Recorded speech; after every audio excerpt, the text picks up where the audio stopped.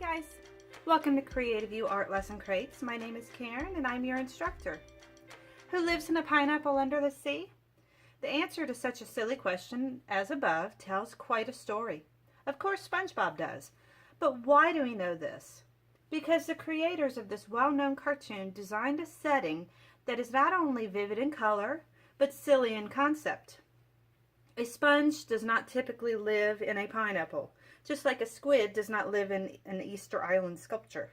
But nonetheless, these are the backdrops to one of the most well-known cartoons of this generation. Settings are important when designing cartoons. The backdrop to art is very much like a supporting cast to an actor. So in today's lesson, we're going to create a setting for your very own cartoon. So to get started, we're going to need paper and a pencil. Boom, magic. All right, first thing we need to do is take a look at your paper. You should be using the thick paper. Take a listen. You hear how thick that is? That's because it is a cardstock. It is a quality paper.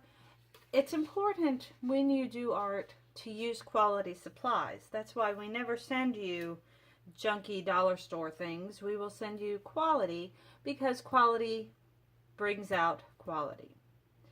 So when we draw, you want a nice smooth clean paper.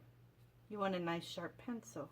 You want fresh water if you're painting, a clean paintbrush, things like that. It really does make the difference whenever you're creating art. Now for today's lesson, we need to discuss settings. A setting is basically the background, anything behind the main character.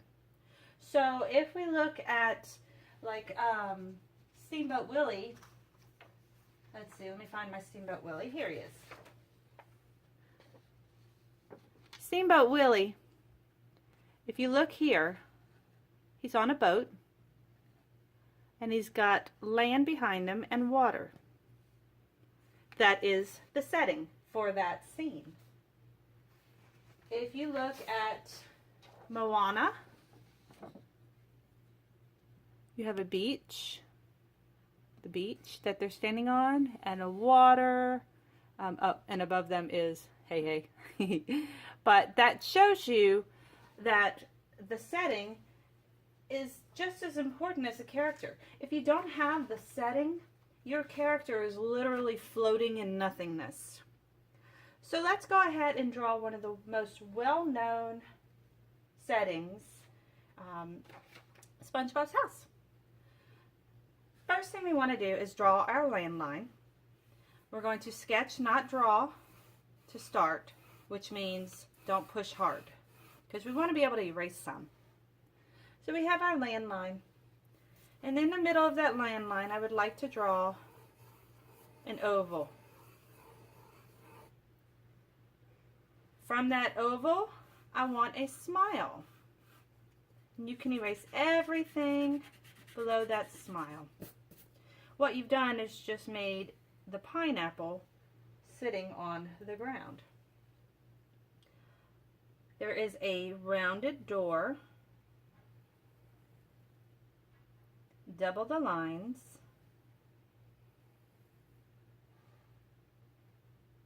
Draw a circle and a circle, and we're going to turn this into a captain's wheel or a boat steering wheel.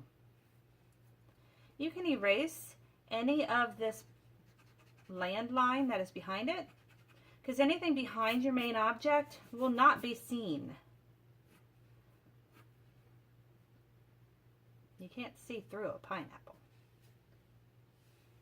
To the right, we have a round porthole. Up here, we have another one. And over here, we have two lines that come out, a triangle, come up, and top it off with a rectangle. At the top here, let's do another smile and erase everything above. So now we can go ahead and draw in the sides of our pineapple.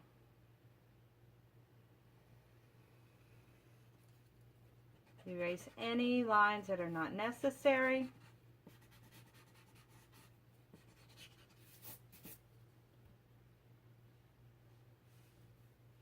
We're going to draw curved lines. They're just going to swoop, swoop at an angle. Anything in the way, skip, swoop. Now we're going to do it the other way. Swoop.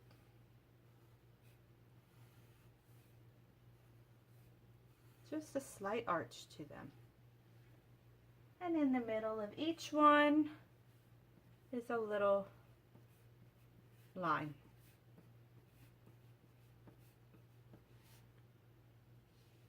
Coming out from the door, from the outside line, I want an angled line that comes out and an angled line that comes out. And you want to fill it with ovals of a variety of sizes. And they need to get up progressively larger as they get closer to you.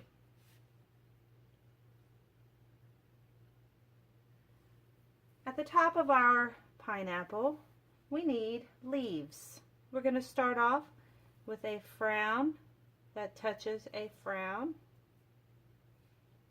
We'll do it again. Frown, smile, frown, smile. And then you can do a couple more in the background.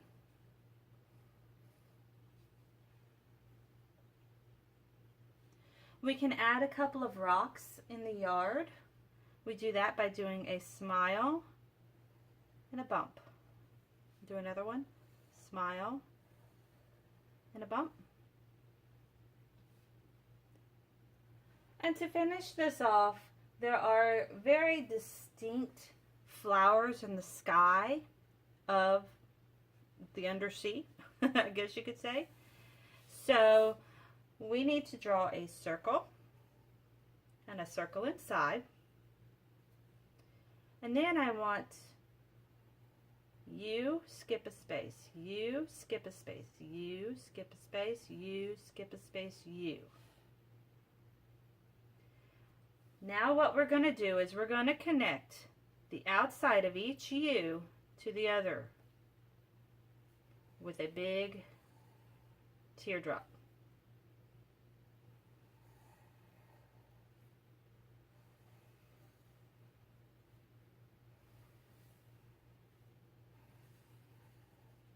Now all you need to do is double it.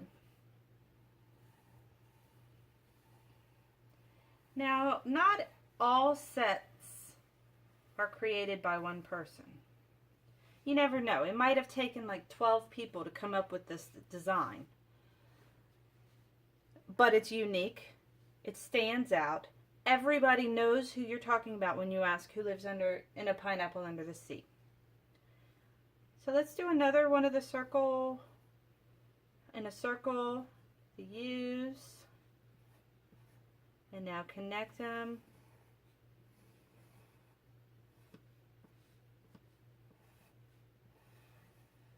And double it.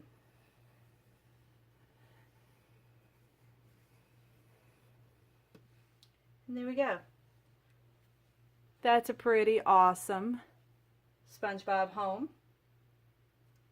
That's a lot of fun. Now you could always fill it in with pencil color. I'm going to show you a couple tricks when it comes to pencil color. Now I have mine here.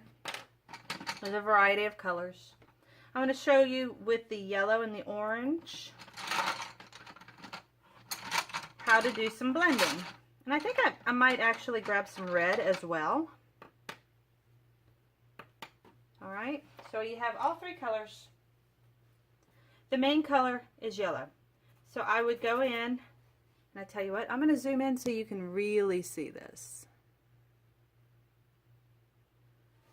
I'm going to go in and I'm going to fill in everything with yellow.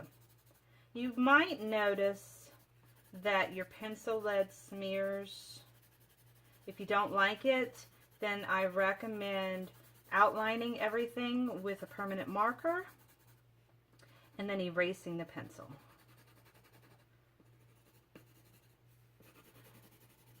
I don't mind the pencil going through or bleeding.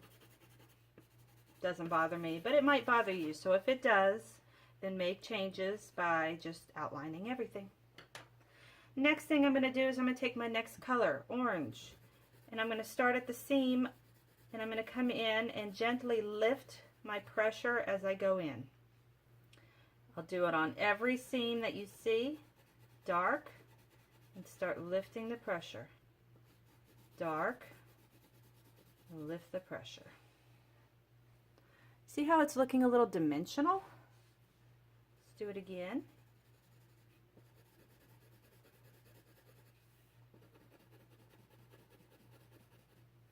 And you can even do it underneath. What you want to try and do is leave the very center yellow.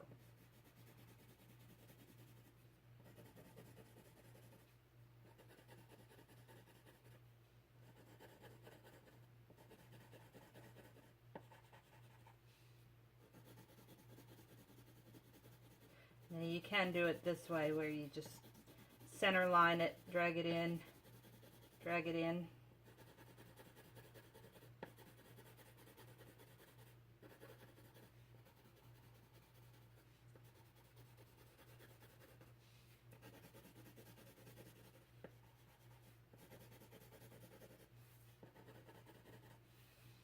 All right, I'm going to move forward. I'm going to grab my red. I'm going to do the same thing, but I'm just doing the seam.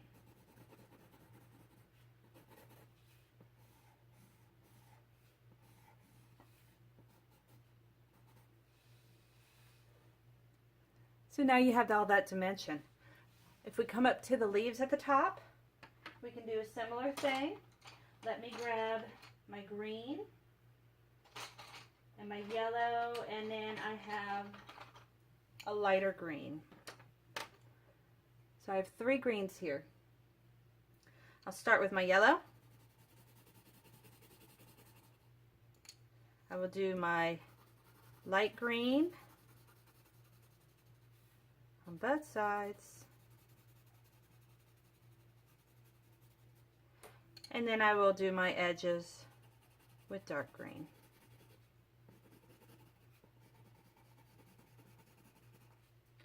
So what I want you to do is, in your own time, go ahead and finish filling in your SpongeBob home.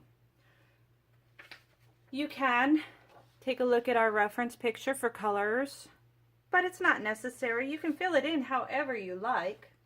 It's just a fun little practice for you. But what I would like to do is move on to the main project of today. So let's go ahead and get another sheet of paper and we'll get started. Okay, so I have another magical appearance of white paper. This is another piece of the really good quality paper, and I have my pencil here. What we want to do now is come up with a background for our very own character. We need to decide, first of all, is it make-believe or more real? I say let's go with more real. Now, it is a cartoon, therefore it's not going to be a realistic reality, but it will be something that we're familiar with. It won't be like blobs of anything. So now, since it's going to be more real, let's see. Do we want land, sea, sky, space, or Middle Earth? I think I want to try space. So let's go ahead and take some notes. We have real and space. Our character, is it going to be an alien or a human? I think I'd like to do alien. And I think that's probably enough to go by. So let's start with our little alien. That way we can design his world around him. So maybe we have an alien that starts off with a circle. And he's got legs that come out, and maybe they're webbed and large. Now you can absolutely take this to whatever areas you want to go with it. If you want to come up with your own characters, that's totally fine. Maybe he has 1, 2, 3 eyes.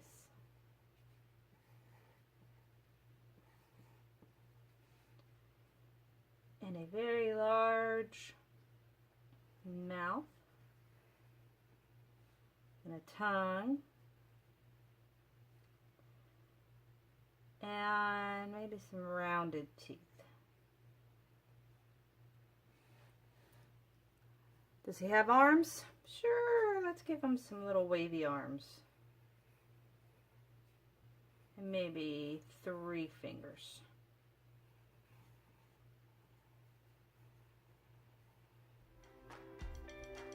So there's our little guy. And he's on his planet. So let's draw the planet. I'm going to draw an arc. Wherever my little guy is, you won't see the back line. Now I want to draw a few craters. You see how I did that? You just do an oval, and at the both ends, swoop out, swoop out. And now he needs a home. I think I might take a note from SpongeBob. And I think we should do a cherry home. So let's do, it's off in the background. So there'll be 1 cherry and another cherry. He needs a door, and he's round, so let's make it a big round door. And maybe it's the kind that you need your handprint to come in. And you might need some windows to look out at the stars. Our cherry does not look like a cherry unless it has the stem.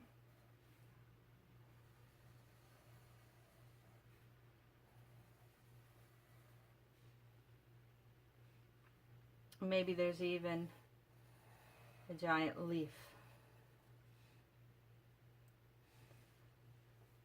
In the background, I'm going to draw a little planet. I'm sorry, not a planet, a rocket.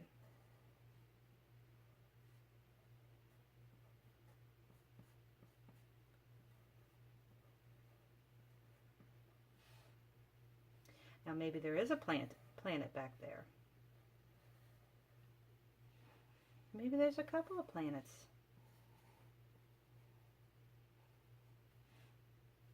And a shooting star.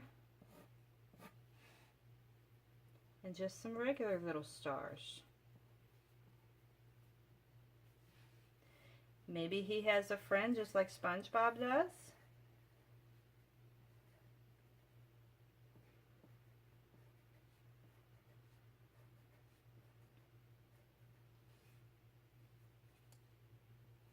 And a few more little craters.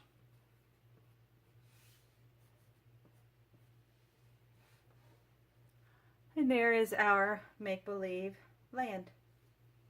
So once again, you can take this to whatever level you like by filling it in. Come up with your own. Challenge yourself. You can use your Sharpie and outline.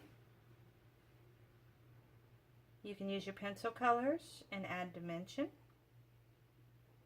Take it to the next level. Well, I hope you enjoyed today's lesson. I know I did. I like to stretch my imagination. It's a lot of fun. I enjoy drawing the SpongeBob house with you and then coming up with our own. Thank you for joining us. I look forward to working with you again in the future. Have a great day. Bye-bye.